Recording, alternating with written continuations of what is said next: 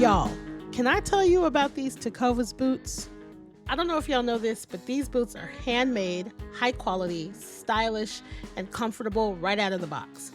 I know we buy everything online these days, but boots are something you really should get fitted for. And it just so happens Tecovas is based right here in Austin. So come shop with me at the Tecovas store on South Congress or the Domain. That's TECOVAS.com. Don't go gently, y'all.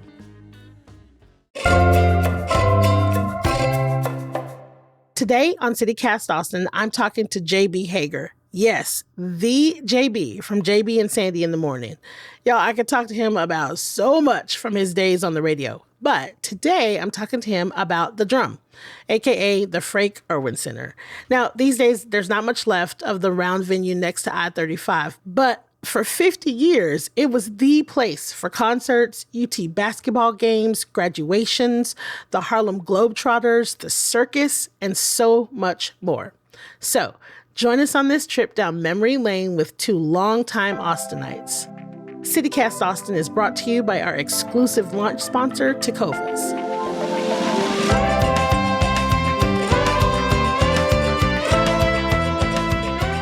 It's Thursday, July 11th. I'm Nikki Devon, and this is what Austin's talking about.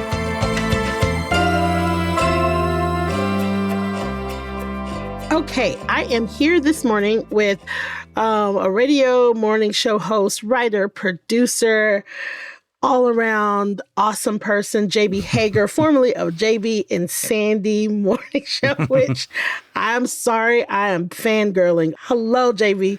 I'm so excited to have you. I'm going to dive right in. I've been thinking a lot about the changes that have been going on in Austin. We've been losing a lot of in my opinion, you know, as a native Austinite or someone that's been here forever, we're losing a lot of what feels to me like our quintessential, you know, venues, buildings, places, all of that good stuff.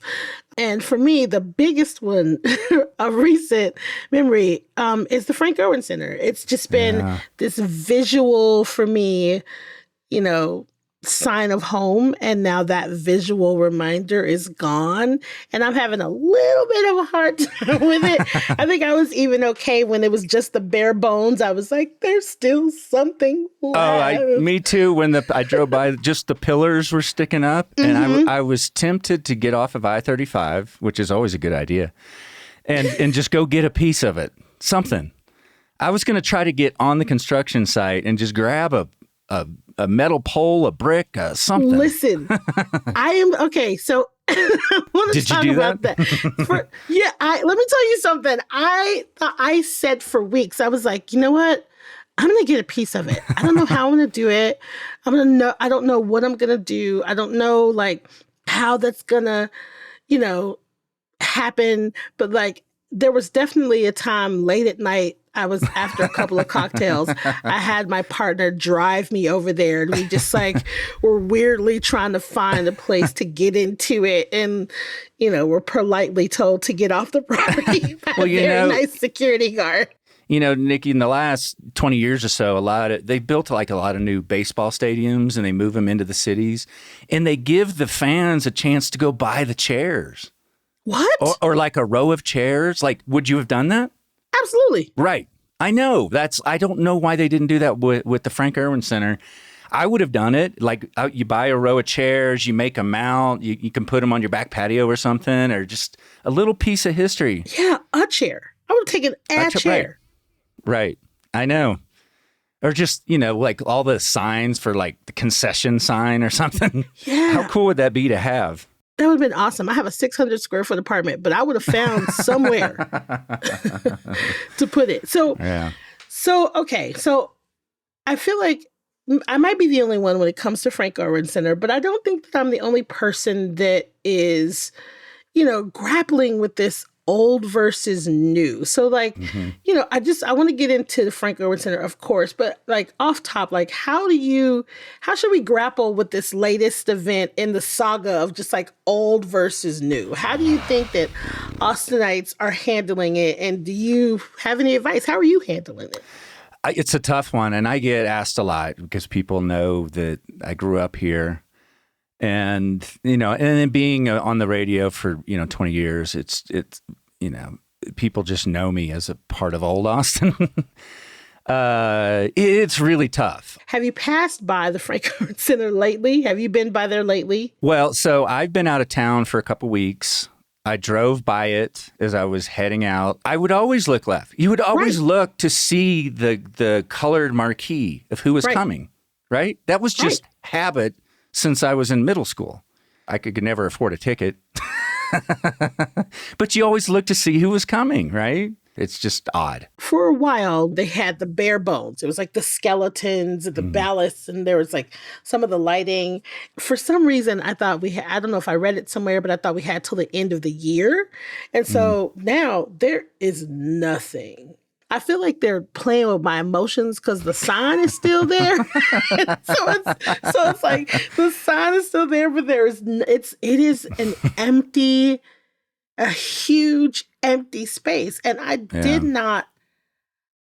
just didn't think that it would affect me as much as it did to have that huge empty space. So let's say that we're talking to somebody that they have no memory of it, because I'm sure there are a lot of people in this city now that don't get the big deal. What would you want people to know that have no memory and no attachment to Frank Erwin Center? What would you want them to know? It's just, people are always nostalgic about who played where, right?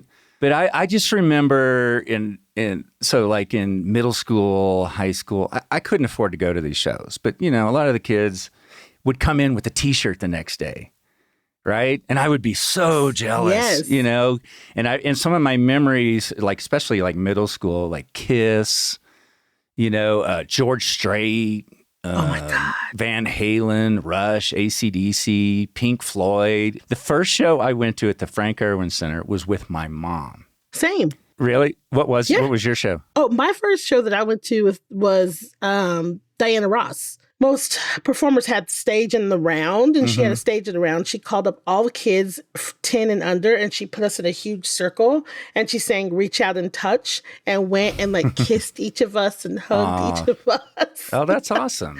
Yeah. That's a good memory. It was a great memory. My mother was it's one of her crowning achievement moments.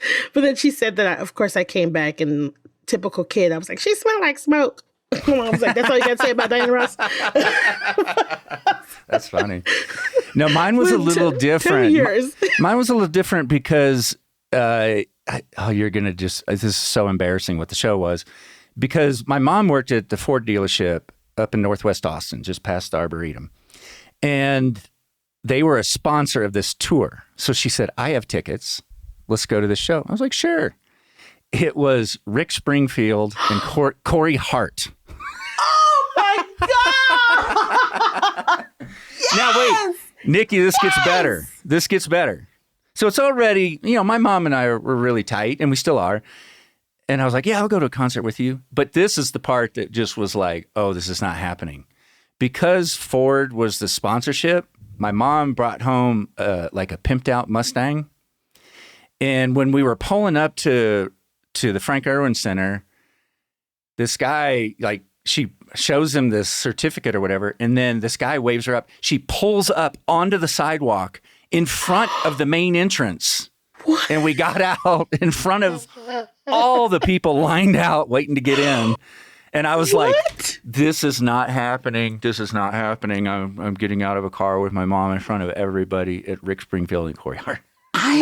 Okay, you know what? I don't know if this makes me a nerd, but that sounds so cool. So once I could finally afford a ticket while I was in college, me and my buddies went to go see The Cure there, which was amazing. But my favorite two shows, Paul McCartney in 2013, his first time to play Austin.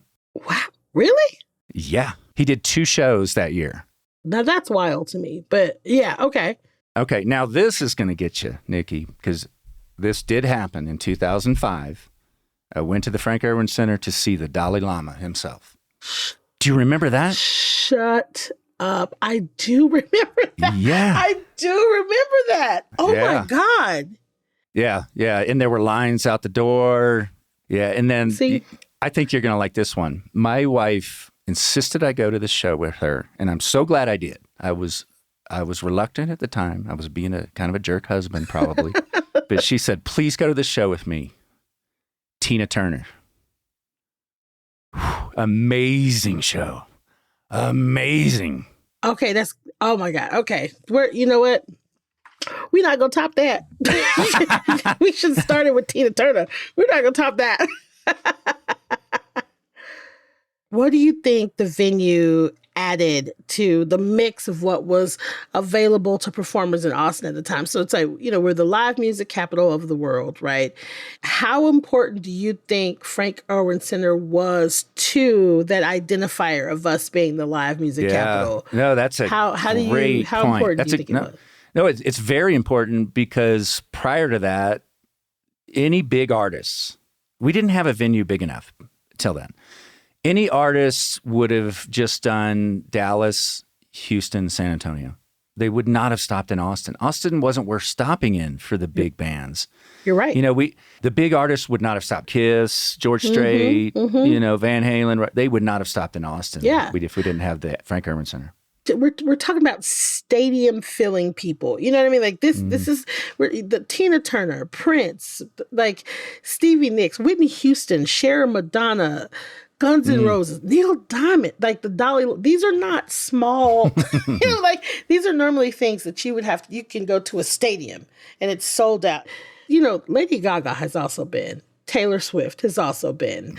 Jay-Z, Kanye West. Like I think that sometimes people forget that, Frank Erwin Center was cranking out concerts up until 2022 or 2021. Okay, y'all, we'll be right back on Memory Lane after a quick break.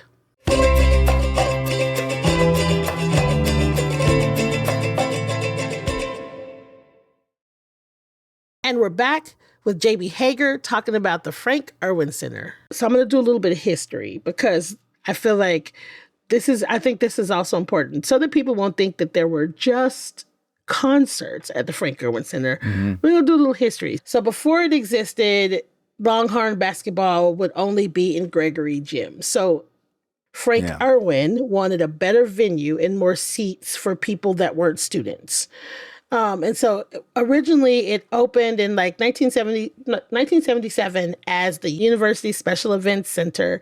They nicknamed it the Drum, but in 1980 they renamed it the Frank Erwin Center. Now I looked up this Frank Erwin person, and he was, first of all, quite the character. He has a really he has kind of an infamous reputation of being kind of like a hard ass, and he was like really hard on students, and he was a member of the Board of Regents for a really long time, and he was known to be kind of a jerk. And he wasn't really on board with the changing climate of students and protests. That's a great way to put it. That's a great way to put it. Yes. And, that was a really weird time for the University of Texas, the late 60s through 80. It was a very weird time at UT, and you had a lot of,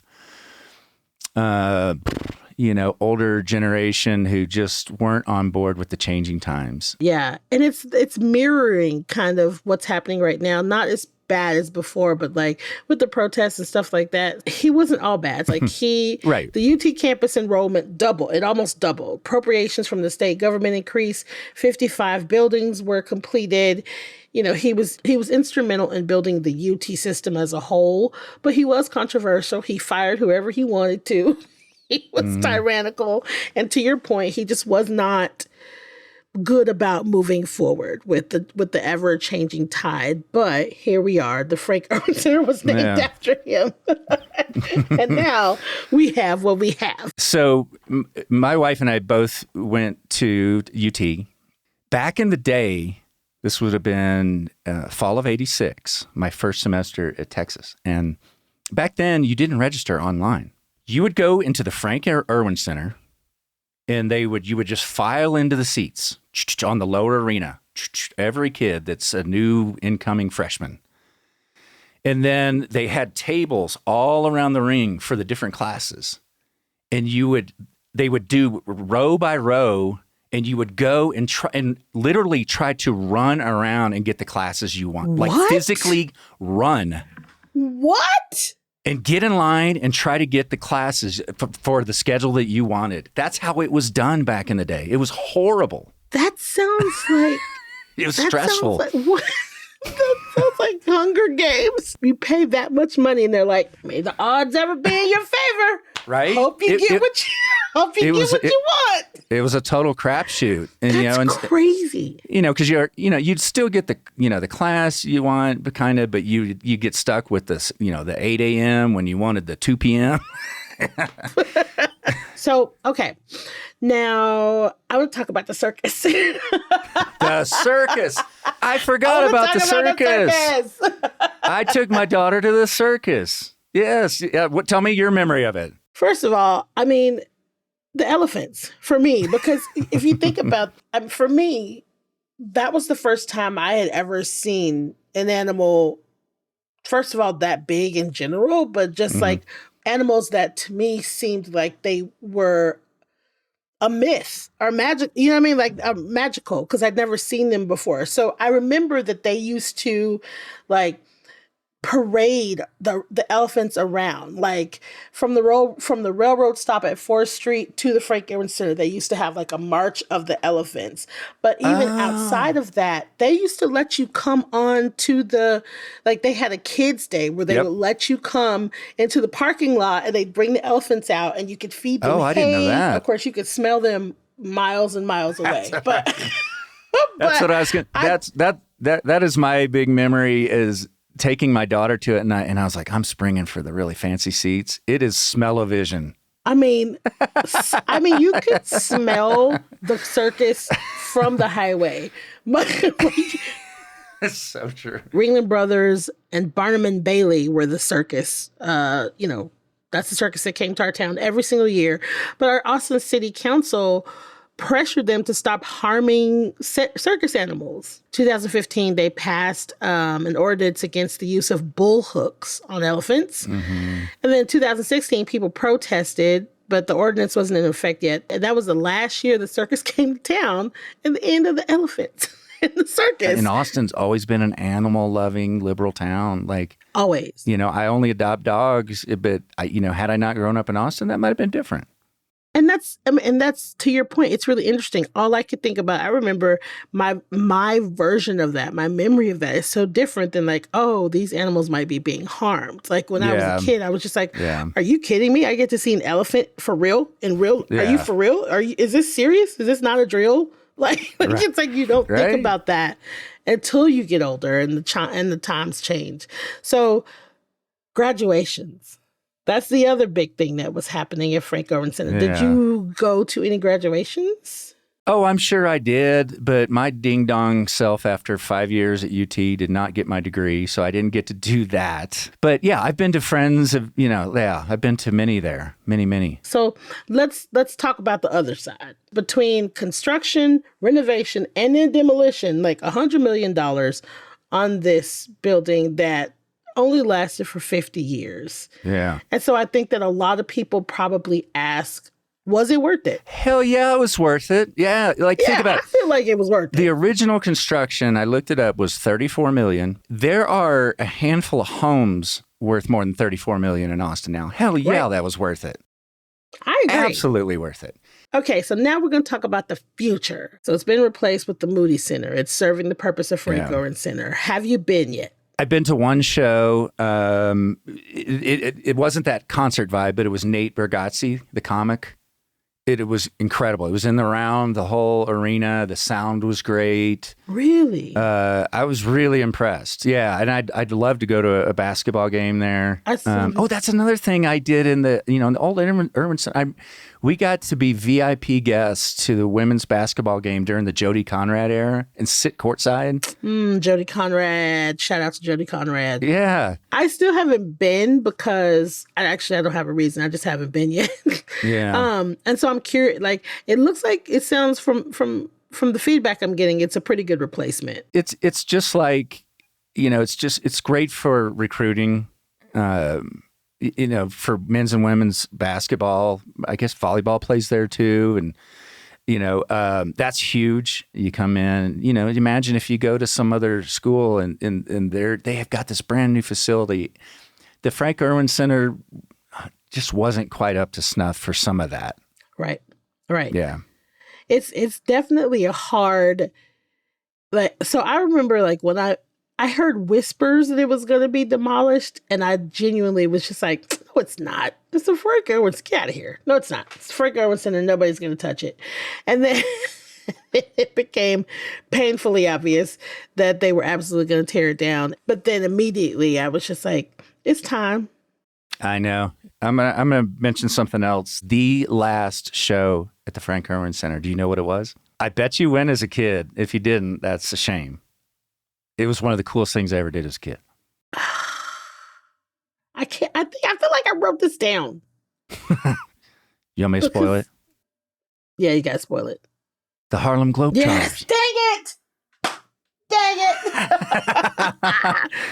Oh. God, that was like the way you were talking about seeing elephants for the first time. Because I would see the Globetrotters on TV as a kid.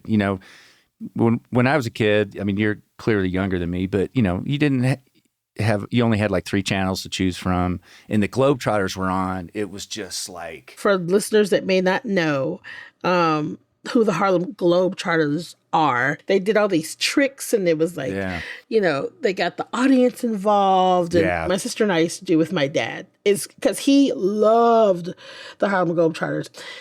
In total, let's see, 347,740 guests have attended a Globetrotters event since the Frank Erwin Center opened, and we've hosted 48 performances for them since 1978. Wow. Yeah. That is... Think about how many people that is... core memory. My memory, your memory. Think about that. Yeah.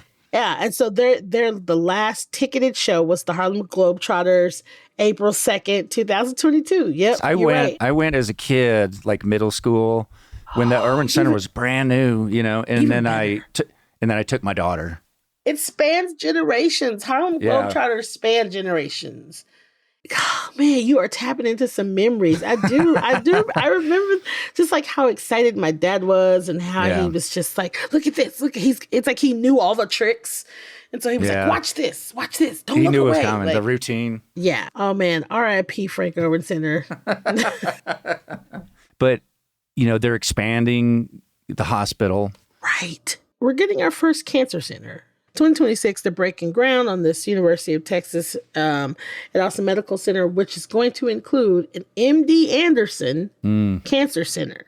Yeah, I've known many, many people who were driving to Houston weekly for treatment. Right. Yeah. I mean, lots of Austinites. It is a game changer. It's a game changer. And that part of it makes me so excited. It feels like, I don't know, it's this complicated emotion of like, oh man, but at the same time, it's like, oh yeah, we are acknowledging that we are growing. We are a much bigger city, and there's a need for something like this here. So I'm excited about it. JB, thank you so much for being here with me today. This has been a blast. Again, congratulations on your new show. Yeah, this is great. Thank you so much.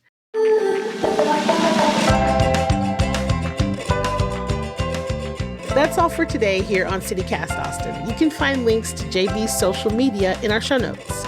If you enjoyed the show, share it with a friend who remembers the Frank Erwin Center. Also, rate the show, leave us a review, and subscribe to our Hey Austin newsletter. We'll be back tomorrow morning with more news from around the city. Bye, y'all.